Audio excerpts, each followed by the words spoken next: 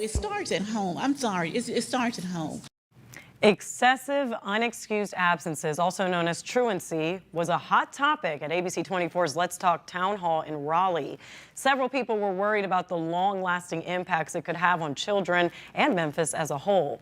Stephen Reels is covering what stakeholders believe is a solution to the problem. Stephen, how are parents, juvenile court, and MSCS working together to fight truancy? Well, Pepper, you said it right. There are a lot of stakeholders in this situation, and this was actually the focus today at the Shelby County Juvenile Court in hopes of helping hold parents accountable, understanding the issues that lead to truancy, and addressing the issue impacting 40,000 Memphis Shelby County school students.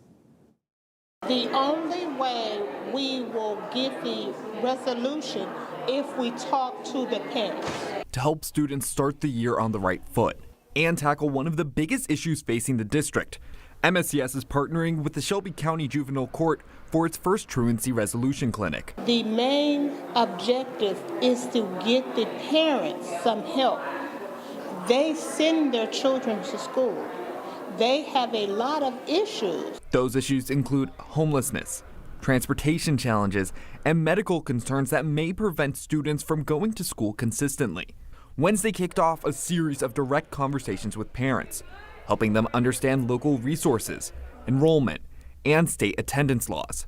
We spoke with a parent at today's clinic who didn't feel comfortable showing her face. Sometimes we do need that extra help sometimes. Prior to this, I haven't had that issue, but he had a lot of issues with COVID last year, so that was the reason he had truancy. Even though I would give him a note, he wouldn't turn it in.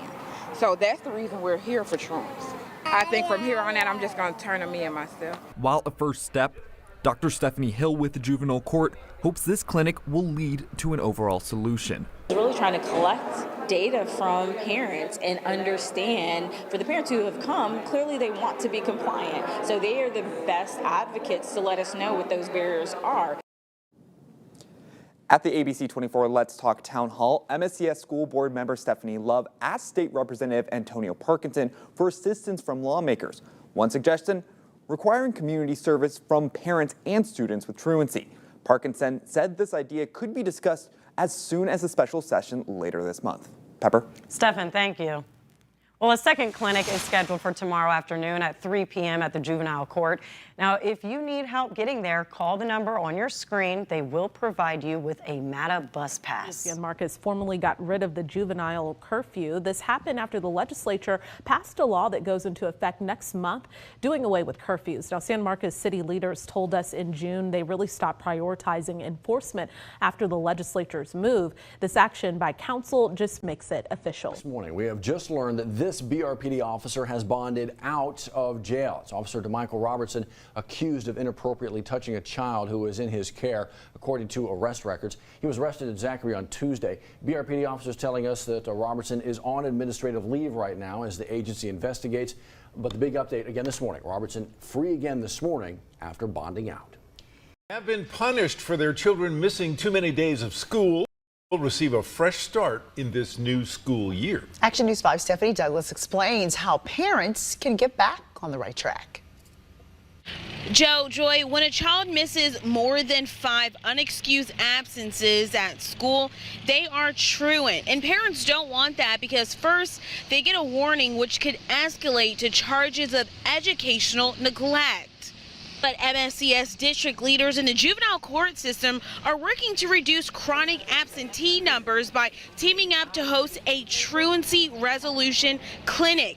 The clinic will educate parents about resources and services MSCS offers for challenges they may face trying to get their child in the classroom. Officials are giving parents an opportunity who were charged to have those dismissed before the start of the new school year. We want children and families to understand the necessity of being in school and to understand the resources available if there are barriers. Our goal is to get every child in a meaningful educational opportunity. Over 40,000 MSCS students were reported for truancy for the 2021-22 school year. Penalties piling up for the parents.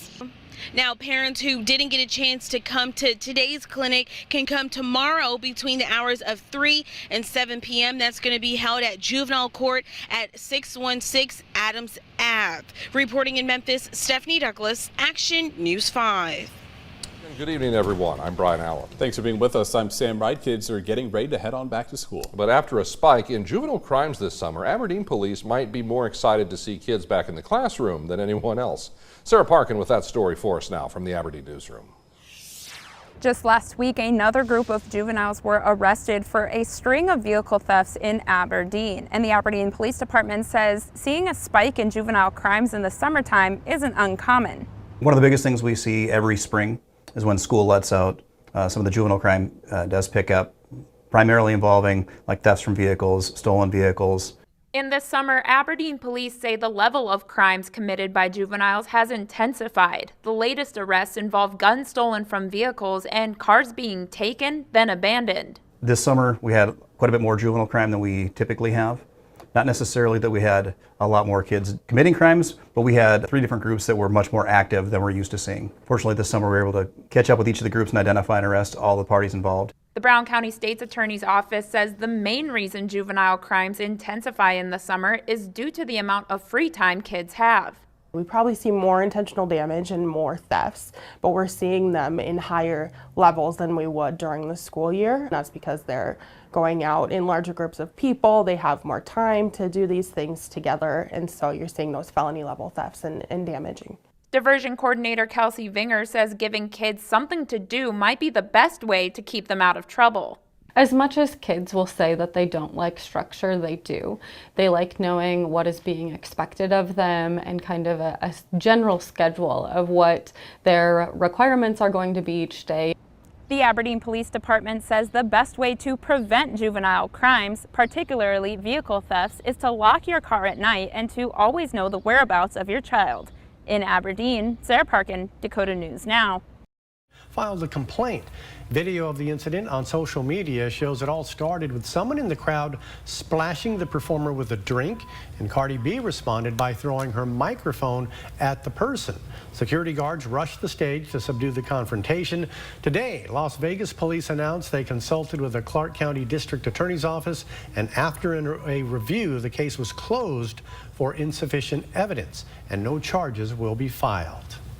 Well, you can volunteer time cleaning up the city of Fresno or check out a Latin released from South Carolina prisons. We're back behind bars in 3 years. And now that recidivism rate has plummeted to 17%, the lowest in the nation. A State House reporter Mary Green explains why the head of South Carolina's prison system says the number of repeat criminal offenders should soon drop even further.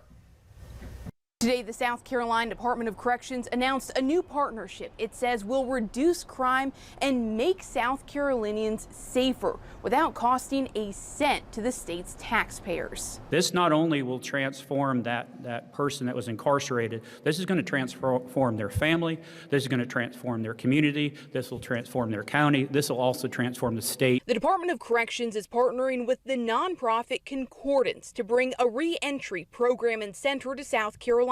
The voluntary 18-month program starts before inmates are released from prison and then works with them after release through job training, education, substance use and mental health treatment, and more. If you can't heal somebody first, then a lot of the other things that we offer don't really matter. They hope to have the South Carolina Center open by March of next year. It'll be in the Greenville-Spartanburg area, where 1 in 5 South Carolina inmates moves after their release. We're going to have conversations later about where else we can go with this. The South Carolina Center is the first one Concordance has planned outside its home state of Missouri. There, it's seen the reincarceration rate among participants drop by 56%. Our evidence-driven model has broken the generational cycle of incarceration. Approximately 60% of crime in this country is committed by formerly incarcerated individuals. South Carolina leaders are confident this will reduce the nation's lowest reincarceration rate even more. If you have a loved one that's incarcerated, if you would tell them about this program and encourage them to get into this program, you will change their lives. Wells Fargo has committed to donating up to $60 million as Concordance plans to open 40 of these centers across the country in the coming years. So that's why this one is coming at no cost to South Carolina taxpayers. Reporting from the State House, I'm Mary Green. Well, Concordance approached the South Carolina Department of Corrections to be the first state it's partnering with in its nationwide expansion. And that's because of the success Director Brian Sterling and his staff say they've had in reducing recidivism.